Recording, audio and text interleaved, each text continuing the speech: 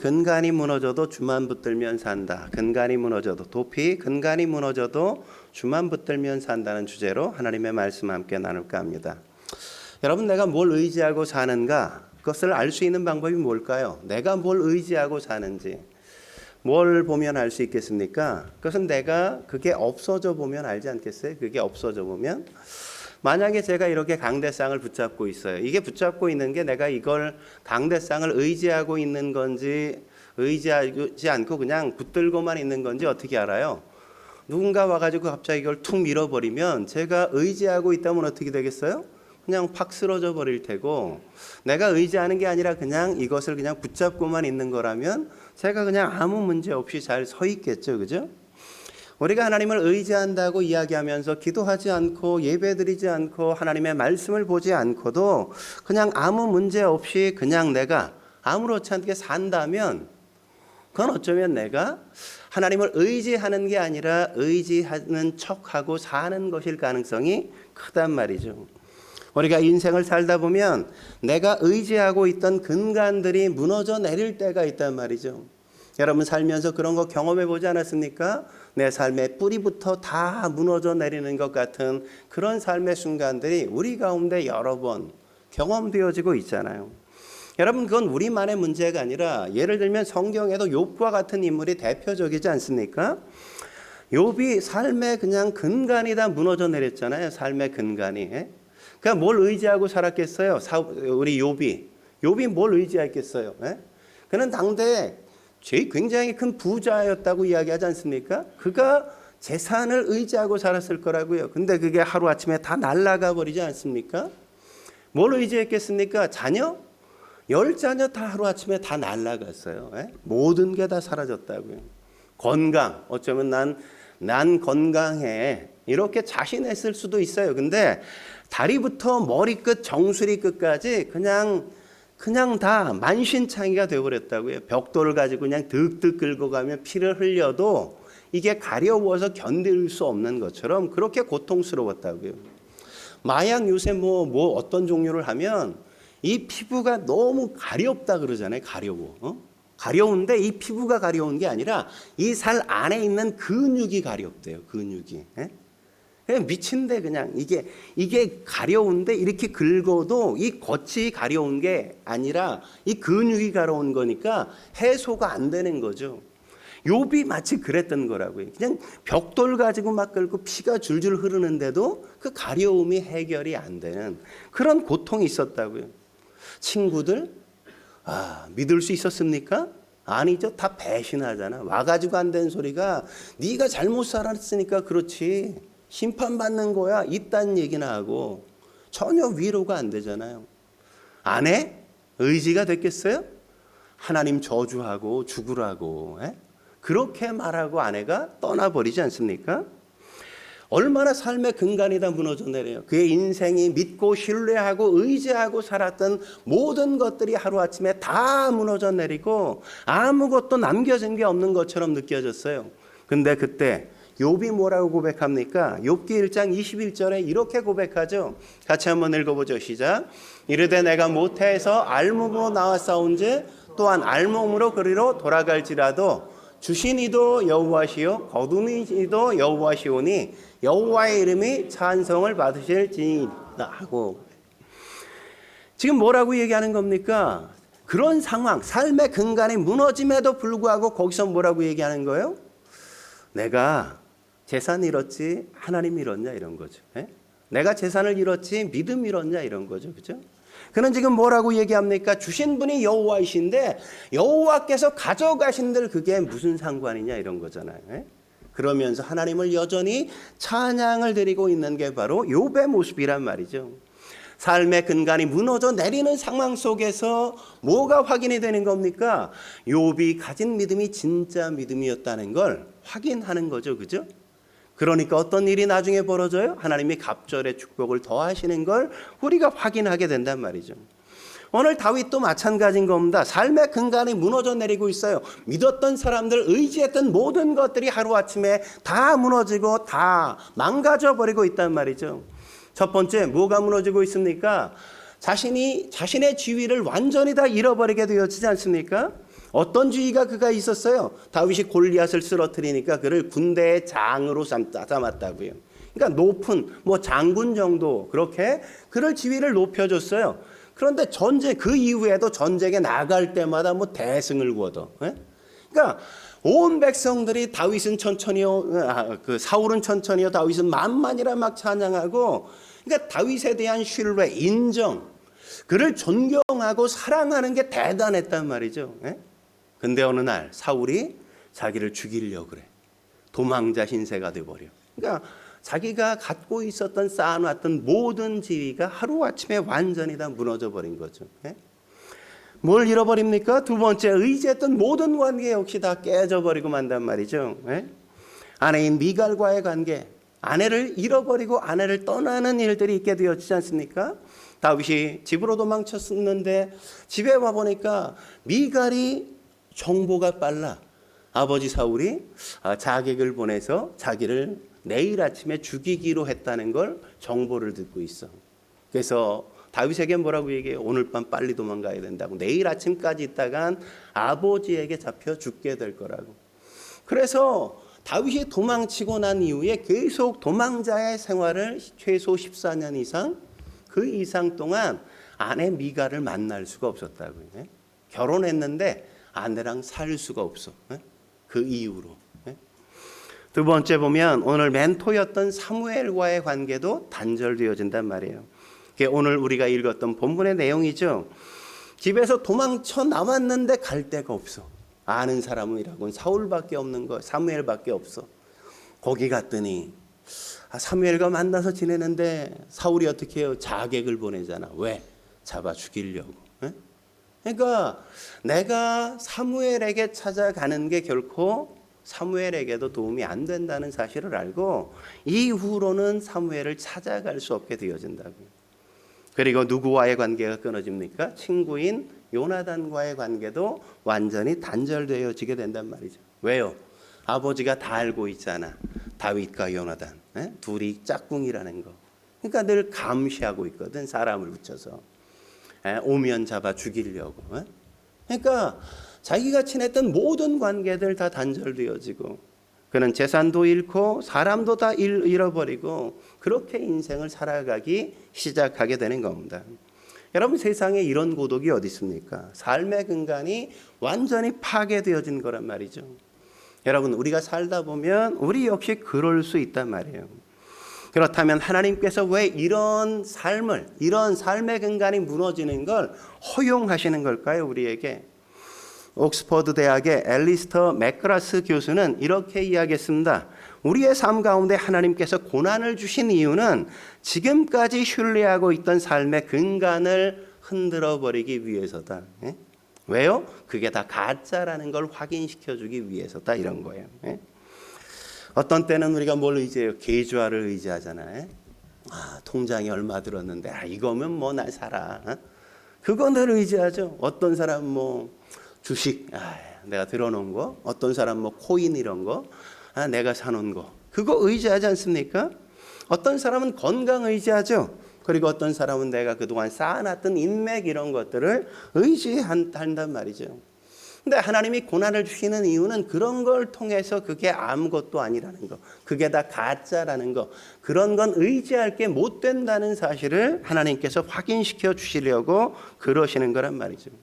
여러분, 지금 우리가 건강한 것처럼 보여도 내가 가가지고 종합검진 딱 받아보면 어디가 어떻게 안 좋을지 몰라요. 그죠? 건강해 보이는 분도 그냥 종합검진 받는데 벼랑간 사기 말기 암이라 그러고 막 이런 일들이 우리 주변에 비일비재하게 있어요. 지난주에 한 자매 제가 오랜만에 카톡 전화 주고받았더니 아버지가 심장 이식을 이 명절 기간에 돌아가실 가능성이 높아서 지금 위급한 상황이라고. 그렇게 건강하셨는데 삼성의 이사신데 가져야 뭐해. 내가 지금 죽게 생겼는데 그런 일이 그냥 어느 날 벌어질 수 있는 거예요. 날 좋아했던, 늘 나를 지지할 거라고 생각하고 내 곁을 지켜줄 거라고 생각했던 그런 사람 하루아침에 배신하고 떠날 수 있단 말이죠. 인간이 원래 다 그런 거란 말이에요. 그렇기 때문에 우리가 의지해야 될 분은 하나님이시고 사랑해야 될 대상은 모든 사람인 거지 사람을 의지하면 안 된단 말이죠. 돈은 얼마나 더 그렇습니까? 있다가도 없고 없다가도 있는 게 돈이란 말이죠. 그런 걸 의지해서는 안 된다는 겁니다. 그걸 확인시켜 주기 위해 하나님은 우리의 삶의 근간이 흔들리는 걸 허용하시는 거란 말이죠. 그렇다면 삶의 근간이 무너지는 것이 주는 유익은 뭘까요? 첫째로 하나님을 알게 해준단 말이죠. 하나님을 알게 만들어줘요. 오늘 다윗의 믿음이 진짜라는 걸 증명해 주는 게 바로 이거 아닙니까? 삶의 근간이 흔들리자 다윗이 어떻게 했다고요? 그는 사무엘을 찾아갔다 이렇게 성경이 기록하고 있지 않습니까? 이게 뭘 말해주는 겁니까? 그가 진짜 믿음의 사람이라는 걸 확인시켜 주는 거죠. 정말 그런지 18절 다시 한번 읽어볼까요? 시작 18절. 다윗이 도피하여 라마로 가서 사무엘에게로 나아가서 사울이 자기에게 행한 일을 다 전하였고 다윗과 사무엘이 나요스로 가서 살았더라. 삶의 근간이 다 무너지자 다윗이 어떻게 했어요? 하나님이 계신 곳, 하나님의 성전이 있는 것, 하나님의 사람이 있는 그곳으로 그가 달려갔단 말이죠. 이게 제일 중요한 거죠. 우리 같으면 지금 같으면 뭐라고 얘기하겠습니까? 영적인 지도자가 있는 것, 교회로 왔다 이렇게 성경이 이야기하고 있는 거란 말이죠. 이것만 잘해도 살 수 있는 겁니다. 그래서 거기서 뭘 보게 되어져요? 거기 와서 보는 게 우리가 읽었던 본문이잖아요. 뭘 봐요? 예배의 영광을 보잖아요. 예배의 능력을 보잖아요. 성령이 임재하시고 하나님이 어떤 분이시라는 걸 거기서 비로소 다윗이 확인하게 되어진단 말이죠. 사울이 거기에 다윗이 있다는 사실을 알고 어떻게 합니까? 자객을 막 보냈잖아. 자객을. 왜 보냈어? 잡아 죽이려고 다윗을. 근데 자객이 왔어. 죽이러 왔는데 예배 드리고 있는 거야. 예배 드리는데 뭐 예배가 너무너무 뜨거워. 찬양이 얼마나 뜨거운지 몰라. 거기에 막 성령이 임재하시니까 다윗 죽이려는 생각은 다 떠나가고 성령이 임재하셔서 그들이 막 그냥 막 활 들고 춤추고 칼 가지고 막 기도하고 그들이 성령이 임하니까 막 예언을 하고 막 난리를 죽이잖아요. 이 소식이 사울에게 또 들렸어. 그러니까 사울이 어떻게 자객을 보냈는데 그것도 자객들이라고. 그러면서 다른 더 센 자객을 보내는 거야. 깍두기 같은 용문신막한 자객을. 그래가지고 얘네들이 딱 갔는데 얘네들은 그나마 자객 역할을 하고 다윗을 잡아 죽일 줄 알았는데 뭐 얘네들도 갔는데 보니까 예배를 드리는데 너무 그냥 거기에 사로잡히잖아요. 그래서 그들도 영이 하나님의 성령에 사로잡혀서 그들도 막 예언을 했다. 성경이 그렇게 기록하지 않습니까? 그러니까 이것도 안 되겠네. 그래서 북파공작원 요번엔 니네들이 제일 세니까 이래가지고 북파공작원 딱 보냈는데도 얘네들도 가가지고 뭐 예배 가운데 같이 찬양하고 박수치고 막 기도하고 통성기도가 막 터지고 난리가 죽여지고 막 하나님의 영이 임하니까 막 난리치잖아요. 그러니까 사울이 안 되겠어. 그러니까 이것들 내가 믿어서 보냈는데 아무것도 안 되겠네. 내가 직접 가서 내가 처단하리라. 그래서 누가 와요? 사울이 직접 온단 말이에요. 사울이 직접. 사울이 직접 와가지고 하는 게 뭡니까? 사울이 직접 와가지고 그가 하는 게 그거잖아요. 내가 가서 처단하리라. 그래가지고 왔는데 성령이 그에게 주권적으로 역사하시자 그도 그냥 하나님의 영이 임하자 방언을 하고 예언을 막 하고 영적인 체험을 하고 성령을 막 경험하는 게 바로 오늘 본문에 있는 것 아니에요? 23절 24절 정말 그런지 같이 한번 읽어보겠습니다. 시작. 사울이 라마나요스로 가니라 하나님의 영이 그에게도 임하시니 그가 라마나요스에 이르기까지 걸어가며 예언을 하였으며 그가 또 그의 옷을 벗고 사무엘 앞에서 예언을 하며 하루 밤낮을 벗은 몸으로 누웠더라. 그러므로 속담에 이르기를 사울도 선지자 중에 있느냐. 그가 그냥 성령이 임하니까 그가 막 변하고 그가 막 예언하고 성령을 체험하고 성령의 능력에 붙잡히니까 막 거기서 막 쓰러져 가지고 잠을 그냥 하루 종일 자고 예배. 근데 왜 옷을 벗고 잤는지는 모르겠어. 왜 우통을 벗고 잤는지는 잘 모르겠지만 우리 예전에 막 뭐 온누리교회 집회하고 막 이렇게 싹 하면 막 다 넘어지고 막 입신하고 막 그런 일들이 있지 않았습니까? 여기서 막 그랬다고요. 그런 역사가. 다윗이 사무엘을 찾아가서 본 게 뭐예요? 바로 이런 것들을 다 봤다고. 하나님이 하시면 나를 죽이려는 자객들이 변하는구나. 얘네들이 뒤집어지는구나. 나를 잡아 죽이려고 그렇게 노력하고 애썼던 이 사울이 그렇게 완전히 성령에 붙들려 그렇게 달라질 수 있구나. 그런 것들을 확인한 겁니다. 하나님이 이런 분이시구나. 이렇게. 이 예배의 체험이 그래서 무서운 거란 말이죠. 예배는 꺼지지 않는 불이 임하는 시간인 겁니다. 하나님이 건드리면 변화되지 않을 인간이 없단 말이죠. 그래서 다윗 하면 생각나는 게 뭐예요? 다윗의 인생 그러면 뭐가 떠올라요? 예배잖아요. 예배. 그의 인생 자체가 예배 아닙니까? 시편 모두가 뭐예요? 거의 다 다윗이 쓴 거잖아요. 시편. 왜요? 늘 기도하는 것, 늘 찬양하는 것, 그게 다 다윗의 삶이었거든요. 왜 그가 찬양과 기도의 삶, 그렇게 예배의 삶을 시작했을까요? 오늘 여기서 그런 하나님의 능력을 경험했기 때문에, 하나님의 영광을 체험했기 때문에 이 이후로부터 그의 삶 자체가 예배로 바뀐 거라고요. 어떤 상황 속에서도 하나님만 계시면 돼, 하나님만 임재하시면 나는 살아. 그걸 안 거예요. 광야에 있어도, 굴에 갇혀도, 그럼에도 불구하고 그는 기도하는 겁니다. 찬양하는 거예요. 내가 능력이 있어서 사는 게 아니라 하나님이 나를 살게 하시면 산다는 거죠. 누가 나를 죽이려고 찾아와도 그가 나를 죽일 수 없어. 하나님이 내 편이시면. 여호와는 나의 목자시니 내게 부족함이 없으리로다. 사망의 음침한 골짜기로 다닐지라도 해를 두려워할 게 없어. 왜냐하면 주의 지팡이와 막대기가 나를 안위하신다는 걸 확인하고 알기 때문이란 말이죠. 하나님을 경험하고 하나님을 알고 하나님을 체험하면 그 다음의 인생은 바뀌는 거예요. 내가 어떤 상황에 놓여 있냐, 어디에 머무냐, 이런 건 아무 문제가 되지 않는다고. 우리도 마찬가지인 거죠. 여러분, 우리가 아무리 힘들고 어려워도 이런 성령의 임재를 체험하면 별로 두려워할 게 없단 말이죠. 다시 하나님께서 일으켜 세워주실 걸 믿잖아요. 그러면 뭐가 두려워요? 그렇기 때문에 이 체험을 하는 것보다 더 중요한 게 없는 겁니다. 하나님이 어떤 분이신지 우리가 확인하고 경험하고 아는 것. 그러니까 그런 뭐 깡패 같은 사람이 예수님 만나고 목사 되고 막 그런 일들이 막 벌어지잖아요. 왜 그가 그렇겠어요? 하나님밖에 없다는 거 아는 거죠. 그러니까 여러분, 삶의 근간이 흔들리는 건 역시 그렇기 때문에 기회일 수 있는 거란 말이죠. 하나님은 다윗만이 아니라 사실은 사울에게도 다시 한번 기회를 지금 주고 계시는 거란 말이죠. 성령 체험하는 기회, 예배의 능력 체험하는 기회, 하나님께서 어떤 분이신지를 확인하고 아는 기회를 주시는 거예요.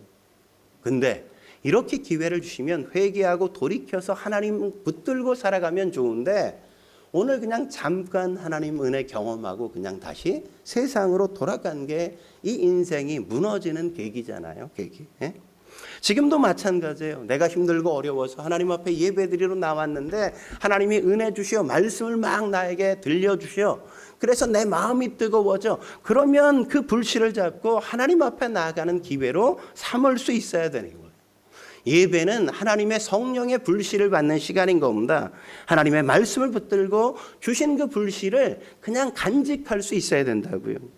데살로니가전서 5장 19절에 뭐라고 얘기합니까? 성령을 소멸하지 말라, 이렇게 말씀하잖아요. 우리 안에 성령의 불씨, 말씀의 불씨, 은혜의 불씨가 소멸되지 않게 만들어야 된단 말이죠. 그 불씨로 불타는 인생, 불타오르는 인생이 되게 만들 수 있어야 돼요. 그게 바로 우리가 사는 길이라고 성경이 말씀하는 거란 말이죠. 한 걸음 더 나아가 삶의 근간이 무너지는 것이 주는 유익 뭘까요? 두 번째, 인간을 알게 해준다고. 인간이 어떤 존재인지. 사실 이때까지만 해도 다윗이 되게 순진했던 거예요. 되게 순진했어. 사실 성도들이 순진하기만 하면 안 돼요. 순진하기만 하면 안 돼. 예수님이 마태복음 10장 16절에 뭐라고 얘기합니까? 뱀같이 지혜롭고 비둘기같이 순결하라. 예? 여러분 순진할 때 특징이 뭐예요? 순진한 거의 특징. 예? 세상 사람들이 다 나 같은 줄 알아. 예? 세상 인간들이 다 나 같은 줄 알아. 근데 세상 사람들이 다 나 같아요? 아니죠. 나 같지 않다고 다. 예? 세상이 어떤 곳이라고요? 공중의 권세 잡은 자가 다스린다고. 마귀가 다스리는 곳이 바로 이 세상이란 말이죠. 사람들이란 말이에요. 예?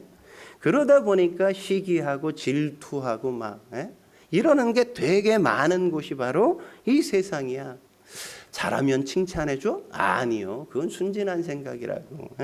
잘하면 시기하고 질투하고 저거 빨리 없어졌으면 좋겠어. 이렇게 생각하는 게 세상이란 말이죠.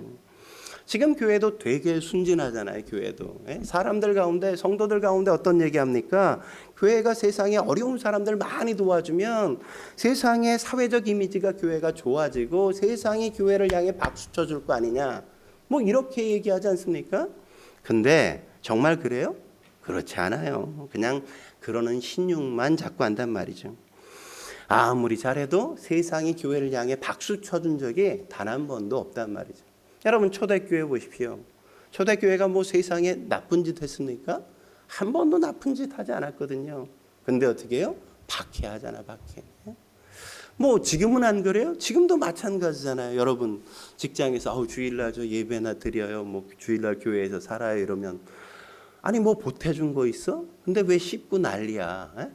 아니 교회가 안 되는데 내가 왜 그걸 가지고 딴지를 거냐고. 그러는 게 얼마나 많아요. 왜 그래요? 우리와 세상은 관점이 다르기 때문에 그래. 살아가는 삶의 철학이 다르기 때문에 그런 거죠. 살아가는 삶의 가치가 다른데 두고 있기 때문에 그렇죠.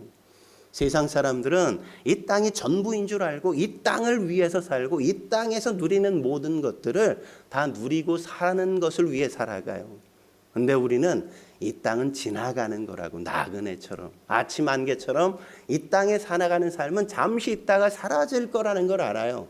우리는 저 천국을 위해 살지 하늘의 보화를 쌓아두지 저 천국에서 영원히 살 인생을 준비하며 살아가는 거죠. 그러니까 똑같을 수가 없다고. 다르다고. 그러니까 그 다른 게 세상 사람들은 너무너무 싫은 거죠. 인정하고 싶지 않은 거란 말이죠. 그런데 다윗은 순진해서 그걸 잘 몰랐던 거죠. 사람들이 시기하고 질투한다는 걸 잘 몰랐던 거예요. 못해도 미워하지만 잘하면 잘할수록 더 시기하고 질투한다는 걸 모르는 겁니다. 그래서 우리도 신앙생활하면서 때때로 어떤 생각을 합니까? 내가 참 이해가 안 된다. 이런 생각할 때가 있잖아요. 아니 내가 11조를 안 해. 내가 뭐 예배를 안 드려. 내가 헌신을 안 해. 내가 다 하는데 왜 사람들이 나를 미워할까? 이럴 때 있지 않습니까? 왜 미워해요? 아니 너무 잘하고 있으니까 미워하는 거죠. 너무 잘하고 있으니까. 왜 미워해?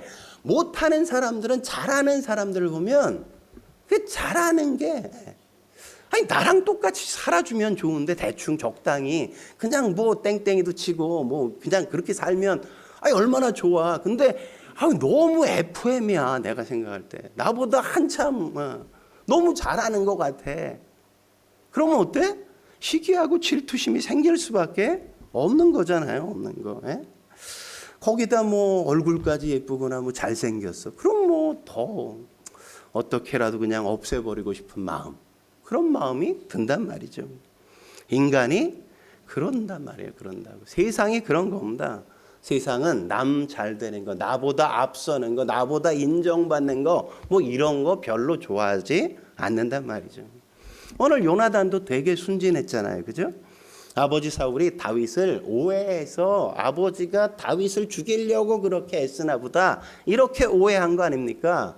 그러니까 다윗이 어떻게 해요? 다윗이 요나단이 사울의 아버지에게 찾아가서 다윗 그런 애 아니잖아요. 골리앗 쓰러뜨렸잖아요. 나가면서 아버지를 위해 전장의 맨 앞에 가서 싸워서 승리했잖아요. 이런 얘기 막 하잖아요. 아버지가 제정신일 때는 어때? 알아들어. 정말 그런지 6절 같이 한번 읽어볼까요? 읽겠습니다. 시작. 사울이 요나단의 말을 듣고 맹세하되 여호와께서 살아계심을 두고 맹세하거니와 그가 죽임을 당하지 아니하리라. 그러니까 제정신일 때는 멀쩡해. 내가 여호와의 이름으로 맹세하노니 내가 다윗 죽이는 일은 없을 거야. 근데 정말 그래? 믿어도 돼? 못 믿죠. 그러고 나서 바로 어떻게? 다윗 잡아 죽이려고 난리치고 그러잖아요. 그죠? 근데 요나단은 오해했다고. 아버지가 그러니까 믿었어. 너무 순진해서. 그런데 그렇지 않다고. 사울 안에는 뭐가 있어? 사단이 지배하는 또 하나의 영이 있다는 말이에요. 그 안에는. 여러분 제정신일 때는 괜찮아요. 제정신일 때는 다 멀쩡할 수 있다고. 그런데 확 돌면 뭐예요? 악마 같다니까 사람이. 여러분 헐크 보잖아요. 헐크 그죠? 브루스 배너 평상시에는 그냥 박사야. 연구하는 멋진 사람이야. 근데 그냥 화나면 어때? 헐크로 변해서 그냥 다 부숴버리잖아. 도시 하나를 다 망쳐버리잖아. 그러니까 인간 안에는 뭐가 있다고? 두 얼굴을 가지고 있다고. 인간은 두 자아가 있다고.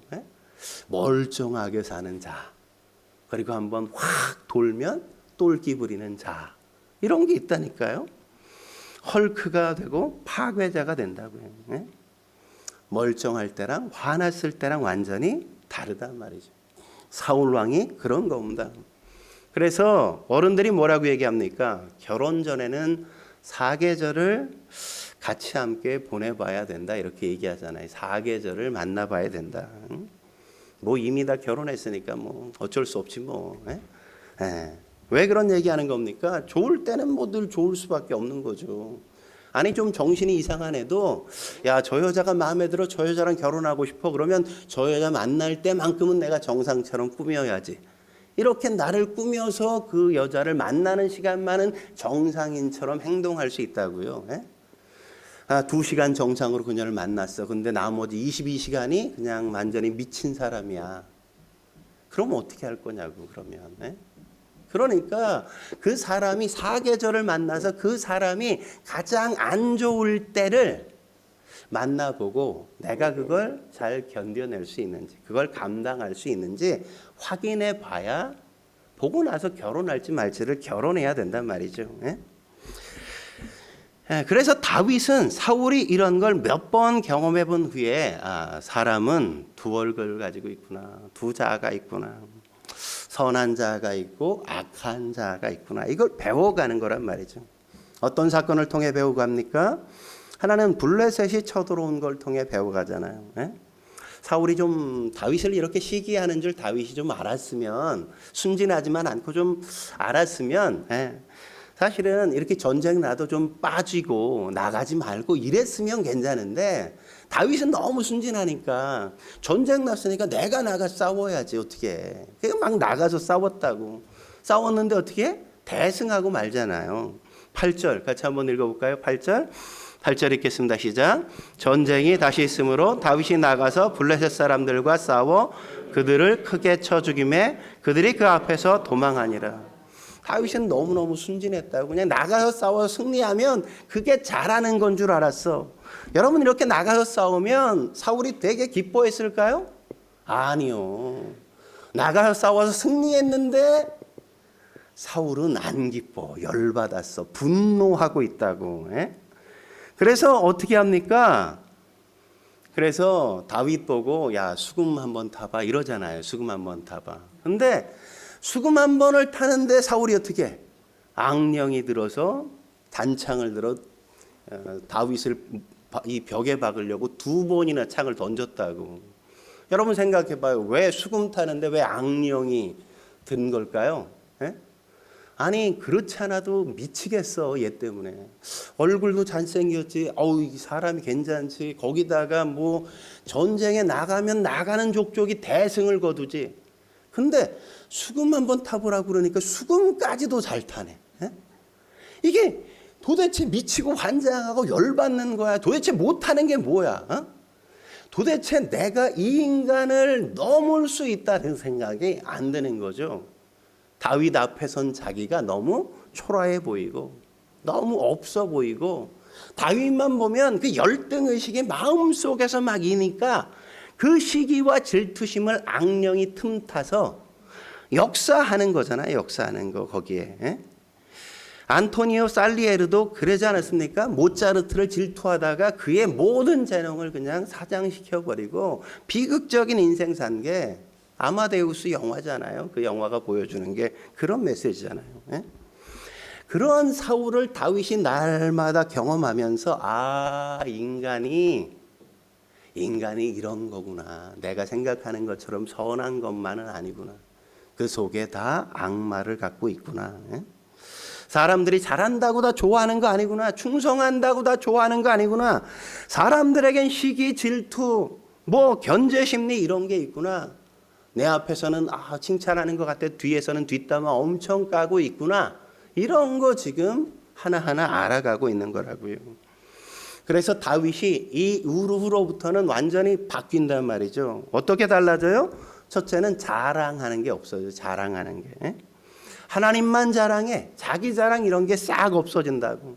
바울과 똑같은 거죠. 복음만 자랑하고 예수만 자랑하고 오직 자기에 대한 자랑 그런 게 아무것도 없다고. 얼마나 그가 부유했습니까? 권력을 가졌습니까? 자랑할 게 얼마나 많아요. 근데 그런 거 하나도 안 해.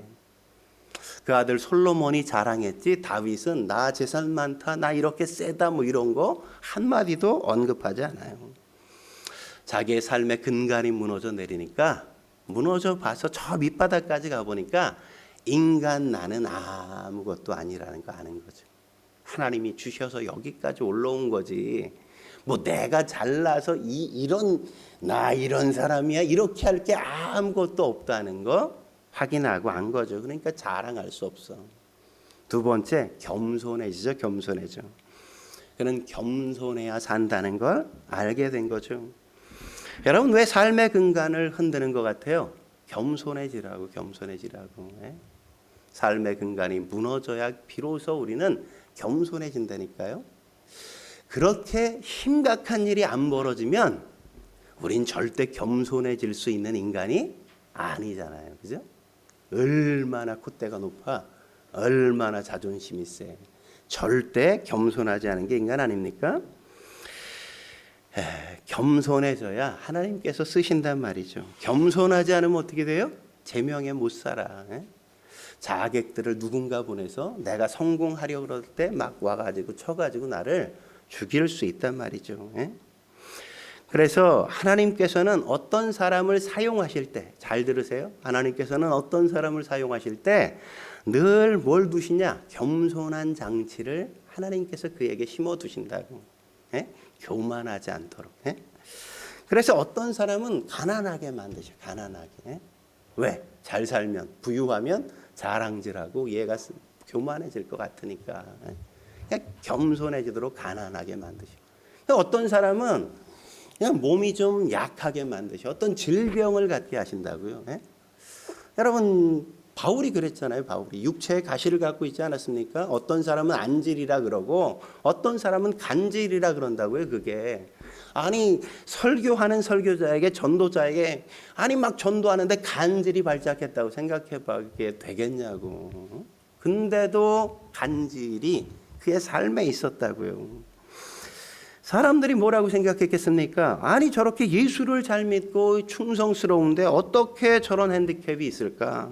저런 가시가 왜 있을까? 그런 생각하지 않습니까?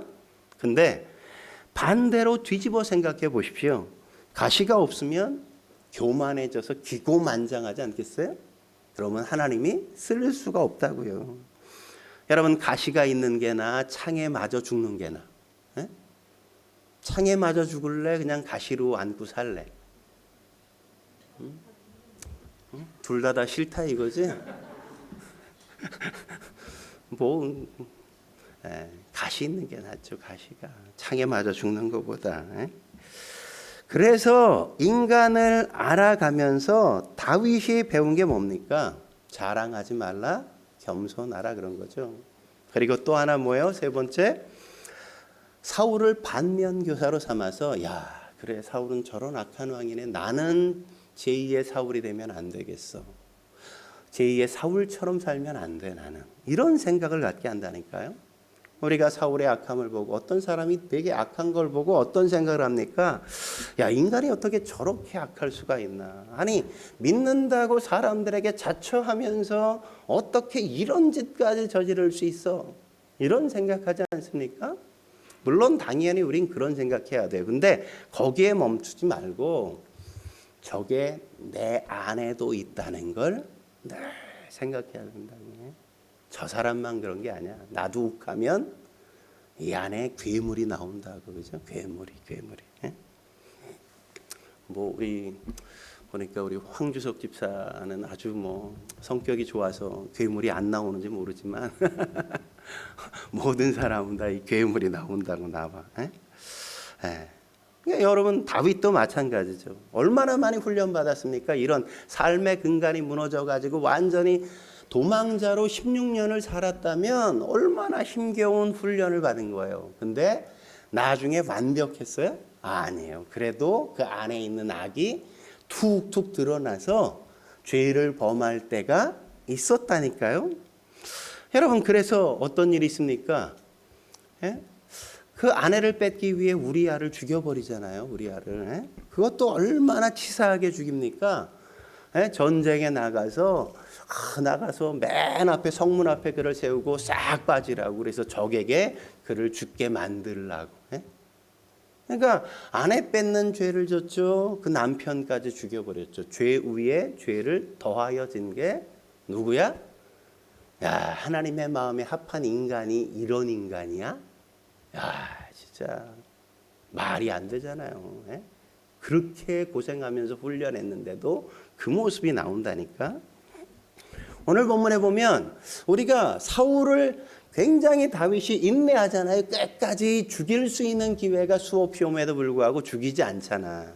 근데 나발이 그에게 좀 무례하게 행동했다고 죽이기 위해 막 달려가는 거 우리가 확인할 수 있지 않습니까?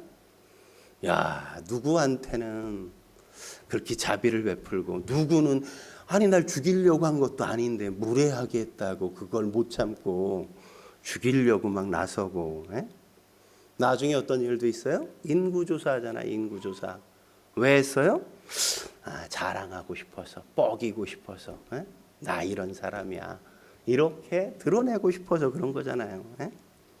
이렇게 어렵게 훈련을 받고 지독하게 훈련을 시켰음에도 불구하고 그럼에도 불구하고 이 다윗 안에서 이런 죄가 툭툭 드러나올 때가 있었단 말이죠. 예?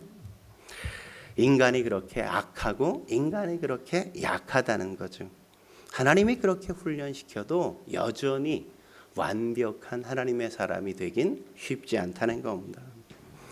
여러분, 하나님께서 이렇게 삶의 근간이 무너지는 걸 통해 하나님이 어떤 분인지를 알게 하고 또 인간이 어떤 존재인지를 보게 하고 우리에게 반면교사를 삼아서 내가 얼마나 악한지 약한지 알게 하고 그런 것에 넘어지지 않도록 훈련시키고 또 훈련시킨다는 사실을 우리는 인정해야만 한단 말이죠.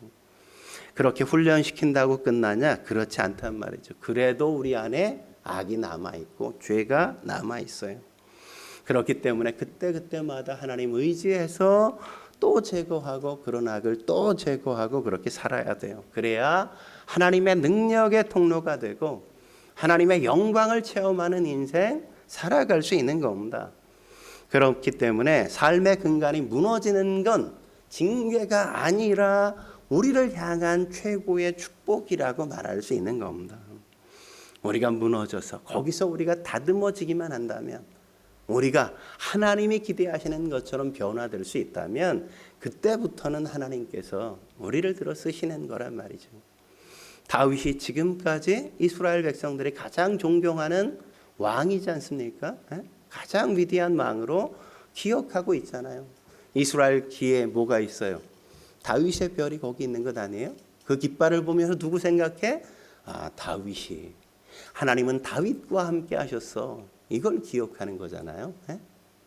여러분들 우리가 좀 기도해야 될 것 같아요. 저 팔레스틴 지금 전쟁으로 수많은 사람들이 지금 팔레스틴과 이스라엘이 싸워서 수백 명이 죽고 수천 명이 그냥 막 부상자가 나고 이랬는데 참 그 땅을 긍휼히 여겨달라고 우리가 기도도 해야 될 겁니다.